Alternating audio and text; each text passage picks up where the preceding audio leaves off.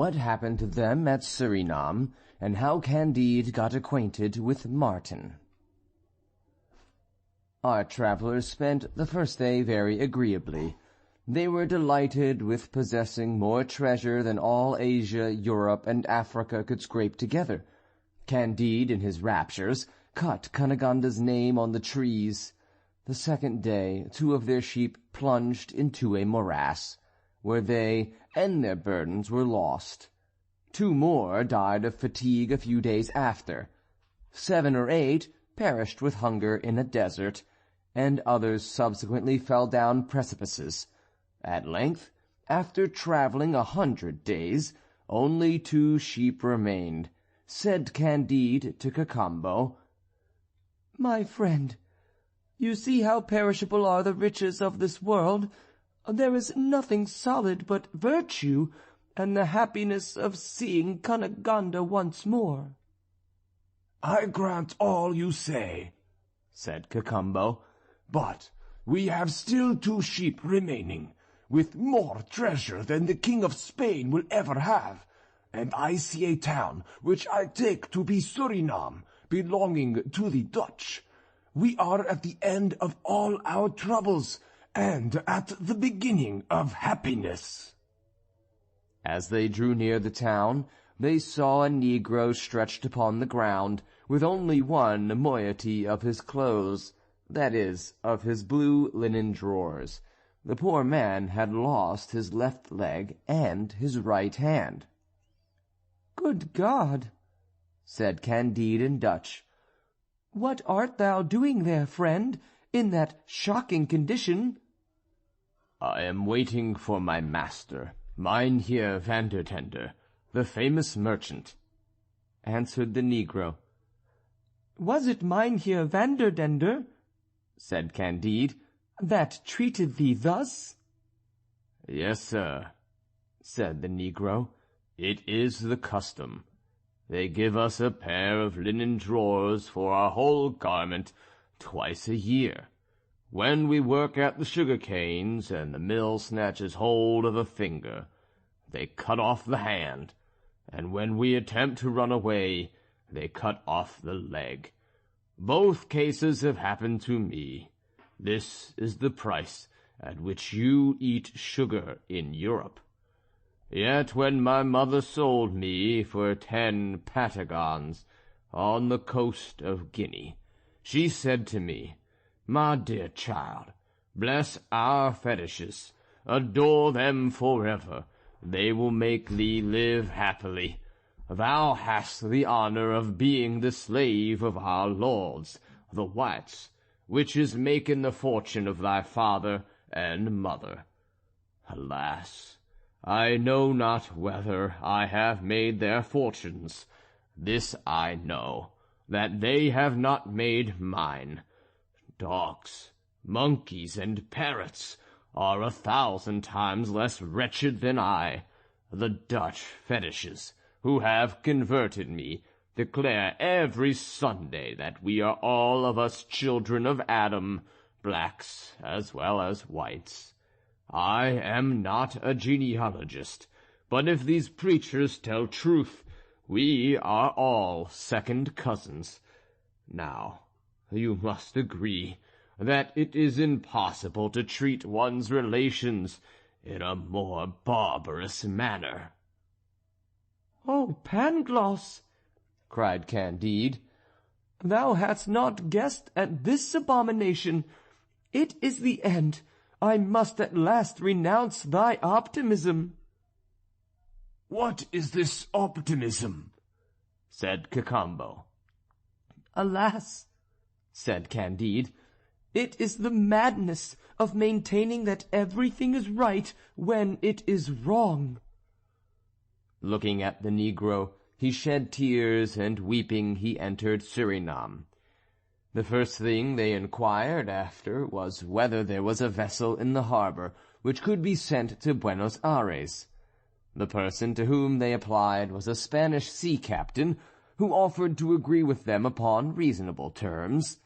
He appointed to meet them at a public house, whither Candide and the faithful Cacambo went with their 2 sheep and awaited his coming. Candide, who had his heart upon his lips, told the Spaniard all his adventures, and avowed that he intended to elope with Miss Cunegonde. "Then I will take good care not to carry you to Buenos Aires," said the seaman. "I should be hanged, and so would you. The fair Cunegonde is my lord's favourite mistress." This was a thunderclap for Candide. He wept for a long while. At last he drew Cacambo aside. "Here, my dear friend," said he to him, "this thou must do. We have, each of us in his pocket, 5 or 6 millions in diamonds. You are more clever than I. You must go and bring Miss Cunegonde from Buenos Aires. If the governor makes any difficulty, give him 1 million. If he will not relinquish her, give him 2. As you have not killed an inquisitor, they will have no suspicion of you. I'll get another ship, and go and wait for you at Venice. That's a free country, where there is no danger either from Bulgarians, Abares, Jews, or inquisitors." Cacambo applauded this wise resolution. He despaired at parting from so good a master, who had become his intimate friend, but the pleasure of serving him prevailed over the pain of leaving him. They embraced with tears. Candide charged him not to forget the good old woman. Cacambo set out that very same day. This Cacambo was a very honest fellow. Candide stayed some time longer in Surinam, waiting for another captain to carry him and the 2 remaining sheep to Italy. After he had hired domestics and purchased everything necessary for a long voyage, Mynheer Vanderdendur, captain of a large vessel, came and offered his services. "How much will you charge," said he to this man, "to carry me straight to Venice? Me, my servants, my baggage, and these 2 sheep?" The skipper asked 10,000 piastres. Candide did not hesitate. "Ha! said the prudent Vanderdendur to himself. "This stranger gives 10,000 piastres unhesitatingly. He must be very rich." Returning a little while after, he let him know that upon second consideration he could not undertake the voyage for less than 20,000 piastres. "Well, you shall have them," said Candide. "Aye," said the skipper to himself, "this man agrees to pay 20,000 piastres with as much ease as 10. He went back to him again, and declared that he could not carry him to Venice for less than 30,000 piastres. "Then you shall have 30,000, replied Candide. "Oh, said the Dutch skipper once more to himself, 30,000 piastres are a trifle to this man. Surely these sheep must be laden with an immense treasure. Let us say no more about it. First of all, let him pay down the 30,000 piastres. Then we shall see." Candide sold 2 small diamonds, the least of which was worth more than what the skipper asked for his freight. He paid him in advance. The 2 sheep were put on board. Candide followed in a little boat to join the vessel in the roads. The skipper seized this opportunity, set sail, and put out to sea, the wind favouring him. Candide, dismayed and stupefied, soon lost sight of the vessel. "Alas," said he, "this is a trick worthy of the old world." He put back, overwhelmed with sorrow, for indeed he had lost sufficient to make the fortune of 20 monarchs. He waited upon the Dutch magistrate, and in his distress he knocked over loudly at the door. He entered and told his adventure, raising his voice with unnecessary vehemence. The magistrate began by fining him 10,000 piastres for making a noise. Then he listened patiently, promised to examine into his affair at the skipper's return, and ordered him to pay 10,000 piastres for the expense of the hearing. This drove Candide to despair.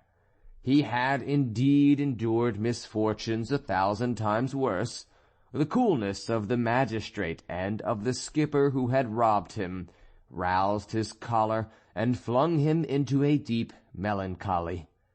The villainy of mankind presented itself before his imagination in all its deformity, and his mind was filled with gloomy ideas. At length, hearing that a French vessel was ready to set sail for Bordeaux, as he had no sheep laden with diamonds to take along with him, he hired a cabin at the usual price. He made it known in the town that he would pay the passage and board, and give 2,000 piastres to any honest man who would make the voyage with him, upon condition that this man was the most dissatisfied with his state, and the most unfortunate in the whole province. Such a crowd of candidates presented themselves that a fleet of ships could hardly have held them.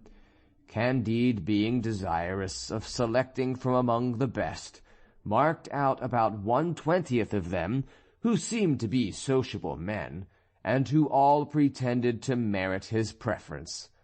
He assembled them at his inn, and gave them a supper on condition that each took an oath to relate his history faithfully, promising to choose him who appeared to be most justly discontented with his state, and to bestow some presents upon the rest. They sat until 4 o'clock in the morning. Candide, in listening to all their adventures, was reminded of what the old woman had said to him in their voyage to Buenos Aires, and of her wager, that there was not a person on board the ship but had met with very great misfortunes. He dreamed of Pangloss at every adventure told to him. "This Pangloss," said he, "would be puzzled to demonstrate his system. I wish that he were here. Certainly, if all things are good, it is in El Dorado, and not in the rest of the world." At length he made choice of a poor man of letters, who had worked 10 years for the booksellers of Amsterdam. He judged that there was not in the whole world a trade which could disgust one more. This philosopher was an honest man, but he had been robbed by his wife, beaten by his son, and abandoned by his daughter, who got a Portuguese to run away with her. He had just been deprived of a small employment, on which he subsisted, and he was persecuted by the preachers of Surinam, who took him for a Socinian. We must allow that the others were at least as wretched as he, but Candide hoped that the philosopher would entertain him during the voyage. All the other candidates complained that Candide had done them great injustice, but he appeased them by giving 100 piastres to each. End of chapter 19, recording by John Van Stan, Savannah, Georgia.